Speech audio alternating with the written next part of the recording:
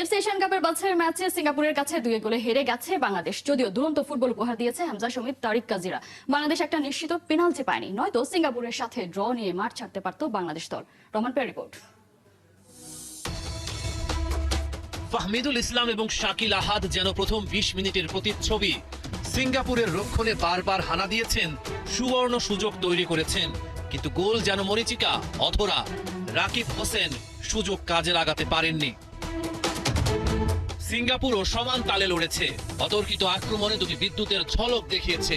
মনে হচ্ছিল যে কোনো মুহূর্তে স্কোর লাইন বদলে যাবে, কিন্তু না, তারাও গোলের তালা খুলতে পারেনি। প্রথম 20 মিনিট স্কোর লাইন 0-তে স্থির। গোল পেতে পারত বাংলাদেশ ও সিঙ্গাপুর, দুই দলই, কিন্তু বক্সের মধ্য থেকে সিঙ্গাপুরের অধিনায়কের বাঁ প্রান্ত থেকে নেয়া শট ফিরিয়ে দিয়েছেন মিতুল মার্মা। ফুটবলের বিশাল ক্যানভাসে সমিত সোম এক শিল্পী। প্রথমার্ধে অন্তত 5 বার তার পা থেকে বেরিয়েছে অসাধারণ সব তুলির টান, আক্রমণের সূক্ষ্ম বুনন। তার বাড়ানো পাসগুলো ছিল নিখুঁত, মাপা আর খুরধার, কিন্তু রাকিব সঠিক সময়ে পা ছোঁয়াতে পারেননি। বাংলাদেশ লক্ষ্য ভেদ করতে না পারলেও সিঙ্গাপুর প্রথমার্ধে জালের দেখা পেয়েছে। ম্যাচের 44 মিনিটে বাংলাদেশের রক্ষণে ঢুকে পড়ে সিঙ্গাপুর। শট নেন সিঙ্গাপুরের সং উই ইয়াং। অনেক দূর থেকে দৌড়ে এসে গোল বাঁচানোর চেষ্টা করেছিলেন হামজা চৌধুরী, কিন্তু পারেননি। প্রথমার্ধ শেষে 1-0 গোলে পিছিয়ে বাংলাদেশ।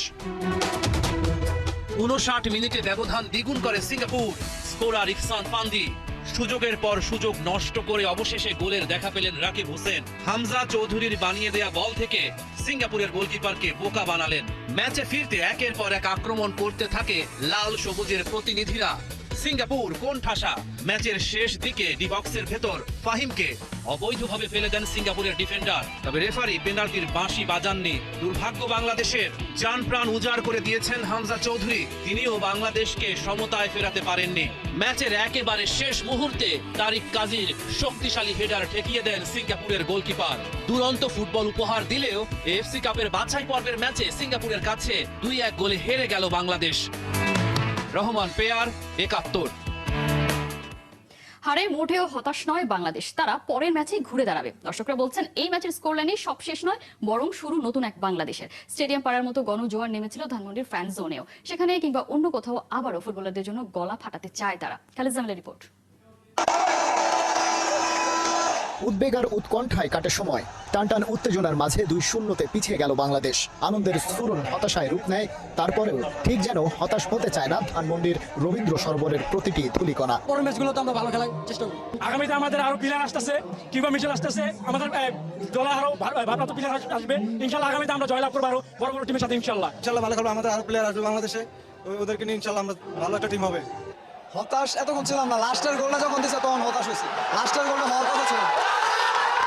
তারপর গোল হয়। হামজার টোকা থেকে রাকিব ফিনিশটা করতে পারেন শেষ পর্যন্ত। রাকিবের আহ্বানে আবারও জেগে উঠতে চায় গ্যালারি, কিছুটা জেগে ওঠে ফ্যান জোনও। আশাবাদী হয় এই ম্যাচ না হোক, তার পরের ম্যাচ কিংবা তারও পরের কোনো এক খেলার জন্য উল্লাসটা জমা থাকে ভালোবাসাগুলো। কারণ হামজা সমিত সোমরা হয়তো এদিন জয় এনে দিতে পারেননি, কিন্তু আভাস দিয়েছেন উজ্জ্বল এক ফুটবলময় আগামী। মোটিভেশন যেভাবে আরো উন্নত হচ্ছে, এবার যত আমরা সামনে যাবো আমরা আরো ইনশাআল্লাহ অনেক অনেক ভালো করব।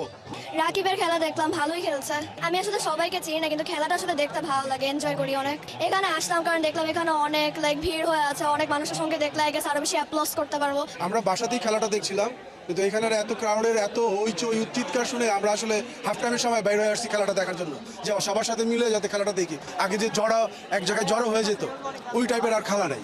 এখন হলো সে মাথায় বলটা নিয়ে মাথা ঘুরায় দেখে চারদিকে যে কারকে বলটা পাস করা যায়। এটা একটা বড় অ্যাচিভমেন্ট। ফুটবল বেশি ভালো লাগে না ক্রিকেট বেশি ভালো লাগে? ফুটবল। কেন ফুটবল কেন ভালো লাগে? আমার প্রিয় খেলা। বাংলাদেশের কার খেলা ভালো লাগে? হামজা। দিন শেষে পরাজিতদের কাতারে থেকেই মাঠ ছাড়ে হামজার দল। সান্ডারল্যান্ডের কাছে শেফিল্ড ইউনাইটেড যেদিন প্রিমিয়ার লিগে ওঠার সুযোগ হাতছাড়া করেছিল, মিস্টার চৌধুরীকে হয়তো মেনে নিতে হলো তেমনই কোনো এক ভাগ্যকে। আরো একবার ঘরের মাঠে এসে আরো একটা পরাজয়ের বেদনা যেন বিষ হয়ে বিঁধল পুরো বাংলাদেশের বুকে। বাংলাদেশ কি শেষ পর্যন্ত পার হতে পারবে কোয়ালিফায়ার বাধা? শেষ পর্যন্ত হামজা সমিত সোমরা কি জায়গা করে নিতে পারবে 2027 সালে সৌদি আরবের মূল পর্বে? সেই ইকুয়েশনটা এখনই মেলানো যাচ্ছে না, এখনই পরিষ্কারভাবে বলা যাচ্ছে না সবকিছু, তবে এটা পরিষ্কার যে আমার পেছনে যে শত শত মানুষ রয়েছে তাদের সবাইকে হামজা, শমিক, শুভ্রা যেখানেই খেলুক, যেভাবেই খেলুক, যেই ম্যাচই খেলুক, তাদেরকে সঙ্গে পাবে। পুরো বাংলাদেশ এই ফুটবলারদের সঙ্গে রয়েছে। বাংলাদেশ সিঙ্গাপুর ম্যাচের শেষ হয়েছে, সেই ম্যাচ নিয়ে আমাদের সাথে কথা বলতে স্টেডিয়াম থেকে যুক্ত হয়েছিলেন সহকর্মী অর্ণবাপী।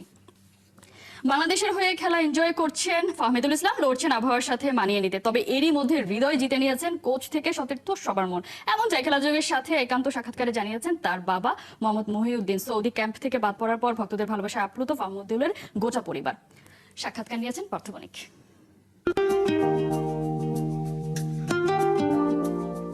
সামান্যর জন্য পয়েন্ট হাত ছাড়া জেতা ম্যাচ, একাধিক সুযোগ ক্রিয়েট করেও দিন শেষে হার নিয়ে সন্তুষ্ট থাকা বাংলাদেশ সিঙ্গাপুরের কাছে 2-1 গোলে ম্যাচ হেরেছে। তবে এই ম্যাচে নজর কেড়েছেন ফাহমিদুল ইসলাম। ফাহমিদুল ইসলামের মাঠের খেলা কেমন হলো সেটা আমরা তার পরিবারের কাছ থেকে জানবো। আমাদের সাথে আছেন তার বাবা। ফাহমিদুল ভুটান ম্যাচে অভিষেক হয়েছে, দারুণ খেলেছিলেন, কোচের প্রশংসা পেয়েছেন। আজকের ম্যাচে আমরা দেখতে পেয়েছি সে শুরু থেকেই তাকে প্রতিপক্ষ মার্কিং করে রেখেছিল, বাট ফাহমিদুল গোলের চান্স ক্রিয়েট করেছিল। এগুলো কেমন লেগেছে? আলহামদুলিল্লাহ খুব ভালো লাগছে, খুব ভালো লাগছে। সে চেষ্টা করছে ভালো খেলার জন্য। সে একটু টায়ার্ড, কারণ আবহাওয়ার সাথে ম্যাচিং করে নিতে তার অনেক কষ্ট হচ্ছে। তারপরও সে আরও বেটার ফুটবল খেলে।